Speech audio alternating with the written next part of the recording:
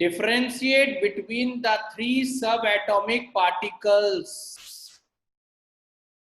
Differentiate between the three subatomic particles. यानी कि electron, proton और न्यूट्रॉन के बीच का डिफरेंस। तो पहले जनरल सुन लो। इलेक्ट्रॉन आपको पता है नेगेटिवली चार्ज, प्रोटॉन आपको पता है पॉजिटिवली चार्ज, और न्यूट्रॉन अपन की तरह रिसर्व, नो चार्ज। कुछ भी कर लो सनम, पढ़ेंगे तो पढ़ेंगे, नहीं तो नहीं। दूसरा, इलेक्ट्रॉन जो है वो कहाँ रहता है? तो प्रोटॉन और न्यूट्रॉन का रेसिडेंस एड्रेस है इनसाइड न्यूक्लियस, और इलेक्ट्रॉन न्यूक्लियस के बाहर चक्कर काटता है कि कब प्रोटॉन दिखे कब फोड़ दे उसको, लेकिन अंदर नहीं जा सकता इलेक्ट्रॉन। अगर कोई तुमसे पूछे कि भैया एटम के अंदर, एटम की जो चार्ज होती है वो क्या होती है, तो आप कहोगे एटम इज इलेक्ट्रिकली न्यूट्रल। एक एटम जो है वो न्यूट्रल होता है क्योंकि जितने प्रोटॉन्स होते हैं अंदर, उतना ही इलेक्ट्रॉन्स बाहर में चक्कर काटेगा। So atom is electrically neutral because number of protons present inside the nucleus is always equals to number of electrons present outside the nucleus.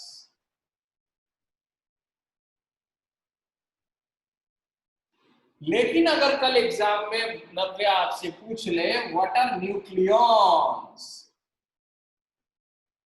तो आपका आंसर होगा जो न्यूक्लियस के अंदर रहता है, और न्यूक्लियस के अंदर रहता है प्रोटॉन और न्यूट्रॉन।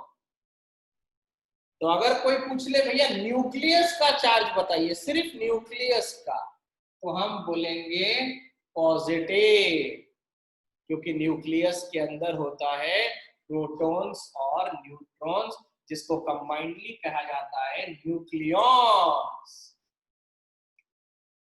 नाउ एटम जब कंबाइन होते हैं ना, when atoms combine together, then they form molecules.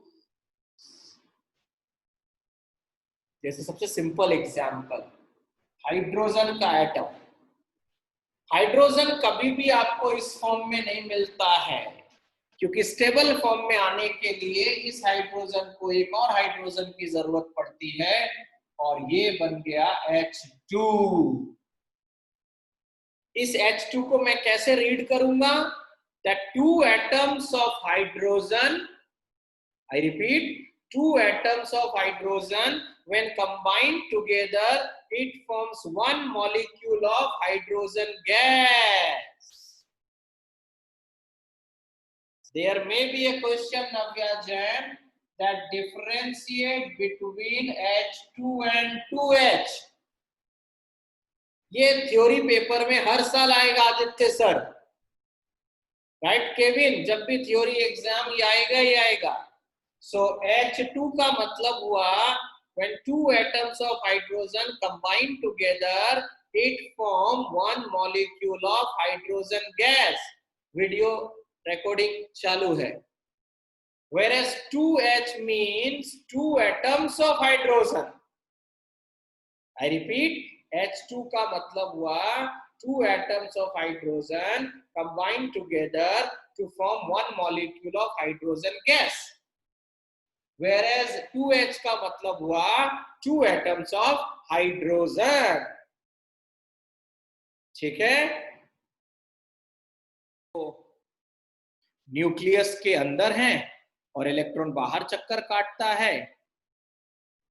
जो इलेक्ट्रॉन की मास होती है ना, वो जो मास ऑफ इलेक्ट्रॉन होता है, मास ऑफ इलेक्ट्रॉन, वो नियरली 1836 टाइम्स, और यू कैन से ऐसे लिख लो, it is 1/1836 times to that of mass of one hydrogen atom. एक हाइड्रोजन एटम की जितनी वजन होती है ना, इलेक्ट्रॉन का मास उसका अप्रोक्सीमेटली 1836 टाइम कम। तो अगर तुमसे कोई क्वेश्चन पूछता नव्या जैन कि इस एटम का सेंटर ऑफ मास कहां मिलेगा, एटम का सेंटर ऑफ मास कहां मिलेगा, anyone in the chat box, atom का सेंटर ऑफ मास कहां मिलेगा। सेंटर ऑफ मास का मतलब हुआ मैक्सिमम वजन कहां पर कंसंट्रेट होगा। केविन सर आप लिखिए यार, आप तो ऐप पे बनाते हैं, नॉलेज की चीज है। Gaurangi madam, Kushagra,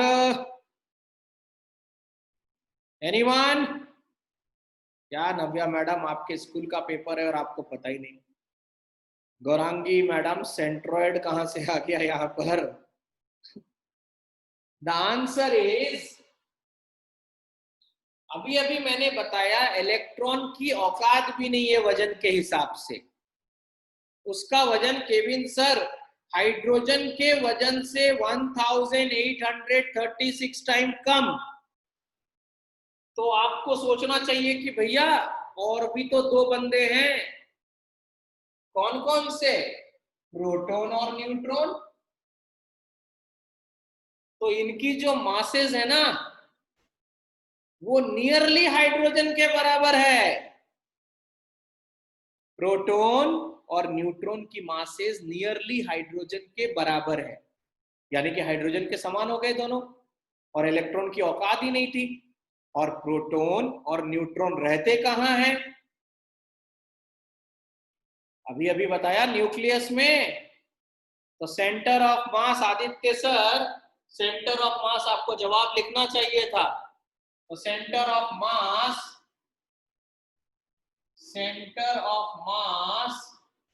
in atom is inside nucleus. Is it okay, Navya madam? It is nucleus because nucleus के अंदर ही रहते हैं electron as well as proton as well as neutron, जिनकी मास हाइड्रोजन के बराबर है, इलेक्ट्रॉन की औकात भी नहीं है। So entire mass center location is nucleus in case of combination, which has been distributed into two laws. पहला, law of conservation of mass. One is law of conservation of mass. Law of conservation of mass. तो हमने second chapter में पढ़ा था law of conservation of momentum, grade 7 और 8 में पढ़ा है law of conservation of energy. अब हम पढ़ने जा रहे हैं Rishabh sir law of conservation of mass, which states that total mass in the reactant site is always equals to total mass in the product site when the reaction is balanced. According to law of conservation of mass, total mass of reactant, I hope you know the meaning of reactant, should be equals to total mass of product in a balanced chemical reaction. Word पे ध्यान देना, balance. यानी कि law of conservation of मास को समझने के लिए मुझे बैलेंसिंग आना चाहिए, जो ग्रेड 7 में सिखाया जाता था। बैलेंसिंग जैसे H2 gas, O2 gas, H2O liquid. क्या ये रिएक्शन अभी बैलेंस्ड है? तो आपका जवाब हाँ और ना होने से पहले आप चेक कर लो कैसे डिसाइड करें। तो यहां पर हाइड्रोजन के एटम्स हैं 2। सर इधर भी 2 है, बिल्कुल। लेफ्ट और right, right Aditya sir, left और राइट। इधर में ऑक्सीजन लेफ्ट में 2 है, यहाँ कोई नंबर नहीं है तो छोटे बच्चे को पढ़ाते हैं तो 1, तो यहाँ पर 1 है। यानी कि अभी लॉ ऑफ कंजर्वेशन ऑफ मास में नहीं लगाऊंगा क्योंकि रिएक्शन बैलेंस नहीं है। तो पहले मैं बैलेंस करने जा रहा हूं, बैलेंसिंग। और बैलेंसिंग में 2 वर्ड्स बोल रहा हूं। एक सब स्क्रिप्ट, क्या बोला? तो इसको कहा जाता है सब स्क्रिप्ट। और जो यहां लिखते हैं ना उसको बोल देते हैं सुपर स्क्रिप्ट। सब स्क्रिप्ट का नंबर कभी भी चेंज नहीं होगा बैलेंसिंग में। यानी कि नव्या ऐसा नहीं है कि सर यहां पर O2 है तो सर यहां भी 2 लगा दीजिए, हो गया। नहीं हुआ, क्योंकि आप किसी का नाम थोड़ी ना चेंज कर दोगे यार। आपने तो पानी का केमिकल फॉर्मूला ही चेंज कर दिया, राइट आदित्य सर? इसलिए इधर का नंबर कभी चेंज नहीं करेंगे, क्योंकि ये पता है H2O2 क्या बन गया? Hydrogen peroxide. तो सनम बनाने निकले थे पानी, बना क्या है? केमिस्ट्री है मालिक, थोड़ा सा केमिकल लोचा किया, दवाई की जगह जहर बन जाएगा। तो पानी बनाने निकले थे, हिमांग ने सोचा पानी बिस्लरी बनाएंगे, गलती से केमिकल लोचा किया, मार्केट में हाइड्रोजन परऑक्साइड लॉन्च हो गया। Himang hydrogen peroxide bottle available in form of water, but water है नहीं। सो नाउ बैलेंसिंग कैसे करते हैं? इधर हाइड्रोजन ने डिस्टर्ब नहीं किया, यहां ऑक्सीजन 2 है, यहां 1 है। तो थॉट कि भाई 1 को किससे मल्टीप्लाई करे कि 2 आ जाए, तो कंपाउंड के आगे 2 लगा दिया। अब ऐसा भी नहीं है नव्या जैन कि सर यहां लगा दीजिए ना, है ना, बीच में घुसेड़ने का नहीं। ये पूरा एक कंपाउंड बन चुका है तो 2 बाहर लगा। अब अगर हाइड्रोजन देखूं यहाँ 2, अरे यार नाइंसाफी हो गई, यहाँ तो हाइड्रोजन 4 हो गया। साले ऑक्सीजन को सेटिस्फाई करने निकले, हाइड्रोजन नाराज हो गया। Right Aditya sir? क्यों केविन सर, सही कह रहा हूं ना? तो इसको 4 करने के लिए यहां 2 लगा दो।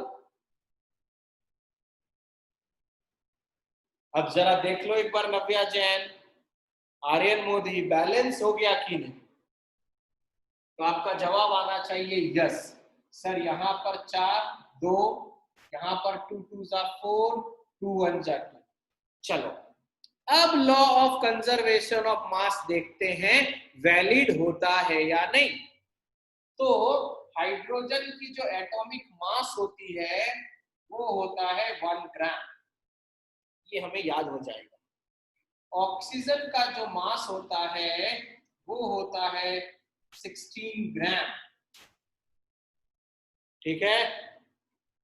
How many hydrogens are there? तो आप कहोगे सर 2 2 जा 4, और एक हाइड्रोजन का वजन कितना? 1, तो 4 1 जा 4 ग्राम प्लस 16 2 जा 32 ग्राम। तो LHS में कितना आ गया? 36 ग्राम। अब इधर देख लें, 2 बाहर, 2 हाइड्रोजन 2, एक ऑक्सीजन 16, 16 और 2 18, 36 gram. Hence verified. That means law of conservation of mass is applicable if your reaction is balanced.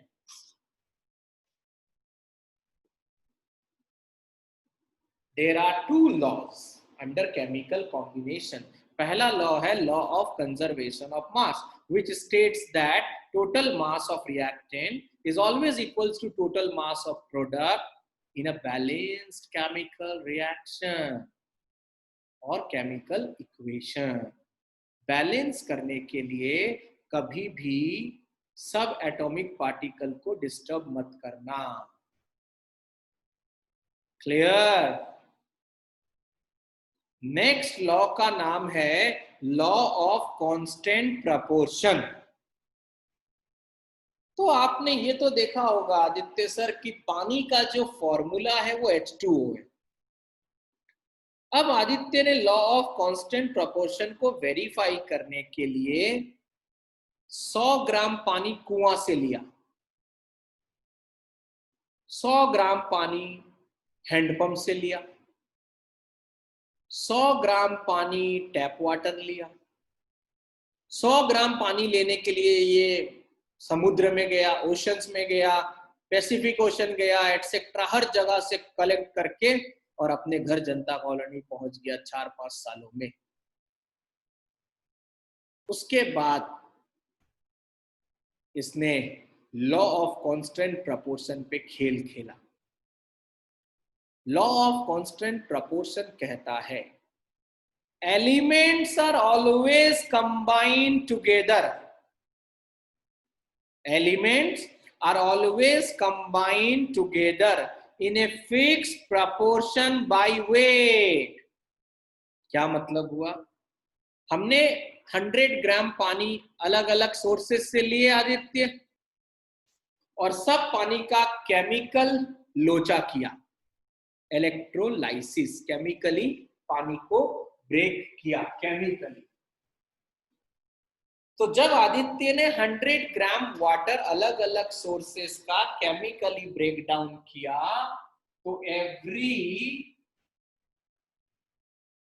100 gram of water gives approximately 8 gram of approximately I think so। जब 100 ग्राम ऑफ वाटर, अलग अलग water का electrolysis किया गया, तो हर case में 11 ग्राम अगर hydrogen मिला तो अप्रॉक्स 89 ग्राम ऑफ ऑक्सीजन बचा। तो अगर कोई तुमसे पूछे कि हाइड्रोजन इज टू ऑक्सीजन का रेशियो क्या है, तो आप अप्रोक्सीमेटली कह सकते हो 1:8। ये रेशियो कभी चेंज नहीं हुआ। According to law of constant proportion, word में देखो constant proportion, every elements combined together in a fixed proportion by weight। और पानी का जो फॉर्मूला है वो ऐसा नहीं कि जगह जगह अलग अलग जगह जाएंगे तो अलग अलग चेंज होगा, वो फिक्स है H2O। that means every 2 atoms of hydrogen combines with 1 atom of oxygen to form 1 molecule of water। Every 2 atoms of hydrogen combines with 1 atom of oxygen to form 1 molecules of water। There are 2 laws under chemical combination। The first was law of conservation of mass, which states that total mass of reactant should be equals to total mass of product in a balanced reaction। Second, law of constant proportion, which states that every element combined together in a fixed proportion by weight। An example, कोई भी definition अगर chemistry में आता है तो उस definition को हरदम एग्जाम्पल या रिएक्शन से देना, तब थ्योरी में पूरे मार्क्स मिलेंगे। तो हो सकता है नव्या कल तुमको कोई इक्वेशन लिख कर दे दे और टीचर बोले कौन सा लॉ लग रहा है, तो अगर रिएक्टेंट और प्रोडक्ट साइड के मास की बात करें, रिएक्शंस दे, तो law of conservation of mass लगाना। और अगर कांस्टेंट फॉर्मूला की बात करें जहां elements are combined together in a fixed proportion, तो लॉ ऑफ कांस्टेंट प्रपोर्शन बताना। ठीक है। सो माही मैडम ने बोला है radius is given to you r/2. Is it okay Mahi?